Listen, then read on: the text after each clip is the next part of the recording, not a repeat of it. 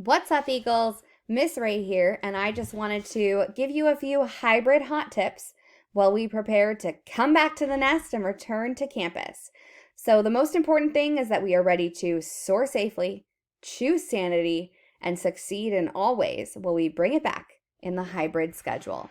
So, regardless of what group you're in, A, B, or D, and regardless of what our numbers look like and if we're actually in the red tier yet or we're getting close to that red tier, we return to the hybrid schedule this week. So, we want to be sure that we are prepared as much as possible. So, we want to relearn our class schedules since they are shifting a little bit. We want to talk about planning our time, using flex time wisely, and always staying in communication, whether that's through Remind or email, however your teachers communicate with you, be sure that you are ready to communicate. If you're in the place of, wait, what? We have a new schedule? What the heck is the schedule? We start a new schedule this week, and it is a hybrid schedule. Even if we're not yet in hybrid, this starts taking place this week. So what it looks like, Monday is the same. You will still go to advisory at the beginning of your day, and you will then participate in asynchronous learning for the rest of the day. Remember that we teachers do have to take roll on Mondays. We have to account for your learning. You are still expected to do things. So please be sure that you have completed your Monday tasks for all of your classes, or if you're unable to complete them before 3 p.m., that you've communicated with your teacher in whatever way that they have asked you to do so. It might be email, it might be Google Classroom, it might be through Remind, whatever it is, communicate with your teachers. And then Tuesday, Wednesday, Thursday, and Friday look a little bit different than they have before. We still have 55-minute classes, so you still have the same amount of in-class time for every block. However, you'll notice that these are all moved to the beginning of the day. So whereas before we had 15-minute breaks between classes, lunch and flex time were in between the school day, and then we ended with asynchronous time, now you'll see that it's all kind of moved to the first half of the day. First block, second block, third block, and fourth block immediately follow each other. Then you have lunch, which if you are on campus is just a grab and go, get off campus, get home, get to where you're going to work. And then that's followed by virtual flex time and asynchronous learning. So a little bit of a shift. You'll definitely want to print this out or write it down. You've seen that there are some letters that might be next to your name in PowerSchool, and you might be asking yourself, what do these mean? So if you are in Group A, you are asynchronous on Monday, much like everyone is asynchronous on Monday for that advisory class as well as asynchronous learning time. You then will be on campus on Tuesday and Wednesday. Thursday and Friday, you will still attend your classes. However, you attend them virtually. And then your flex time is virtual. Group B, you're sort of the opposite of Group A. You're also asynchronous Monday, much like the rest of campus. You will be attending your classes virtually, much like you've been doing so far through Zoom or Teams, whatever your teacher is using. You log into class on Tuesday and Wednesday, and then on Thursday and Friday, you are physically on campus for your classes. And again, flex time is virtual. Group D, you're basically following the same schedule as far as what you're physically doing. However, remember those class times have changed. You're still asynchronous Monday. You are on Zoom or on Teams the entire week, Monday through Friday. And then your flex is also on Zoom or on Teams.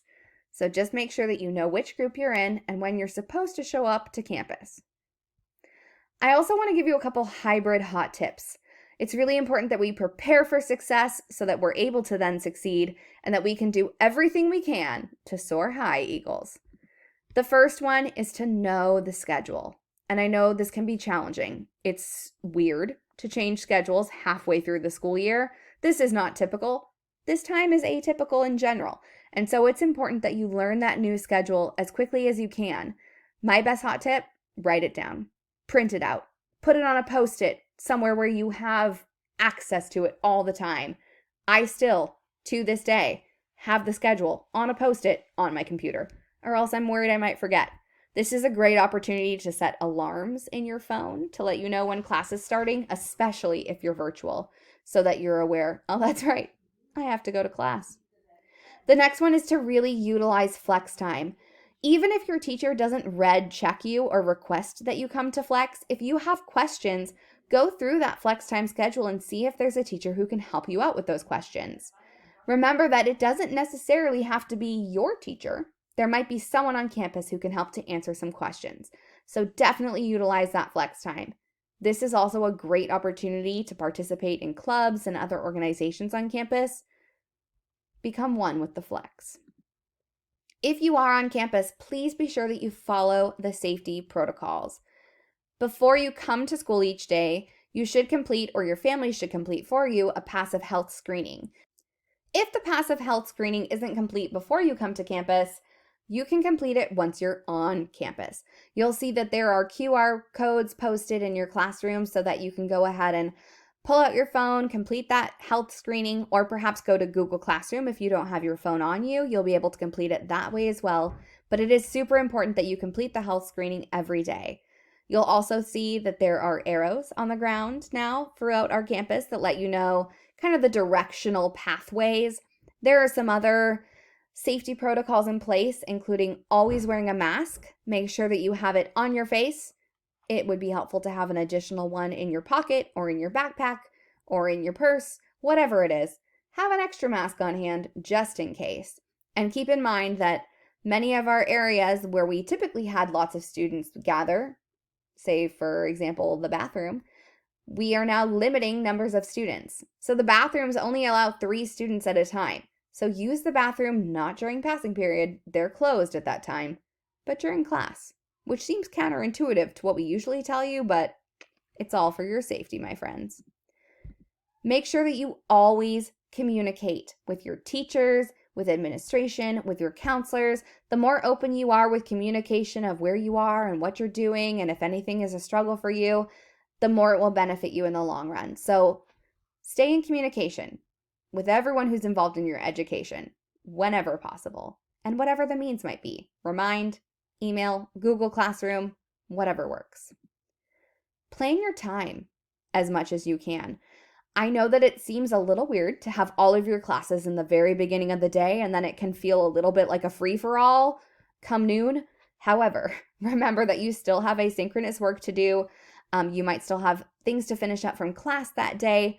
Really schedule your time out. I very highly recommend that you have some kind of a planner or a schedule, a bullet journal, a Post-it, whatever your life is. Just make sure that you plan your time and that you're following a set schedule every single day.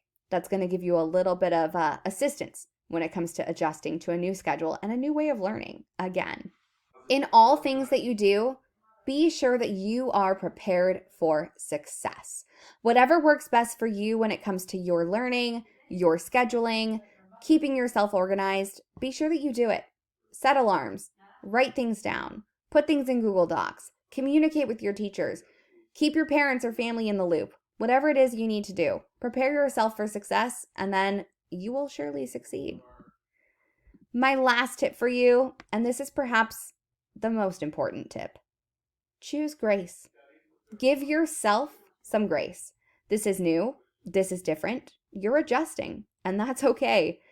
Give your family some grace. They're also adjusting to you going into a totally different schedule, perhaps leaving the house for the first time in months. Give your teachers some grace as well. They'll return it. Just remember that we're all on this journey together. It's a very High School Musical moment. We're all in it together, but we absolutely will succeed and we will soar. We believe in you. We know you can do this. We understand that this has been a rough year of learning. However, we are coming out on the other end better for it, more successful, and ready to soar. All right, Eagles, you got this.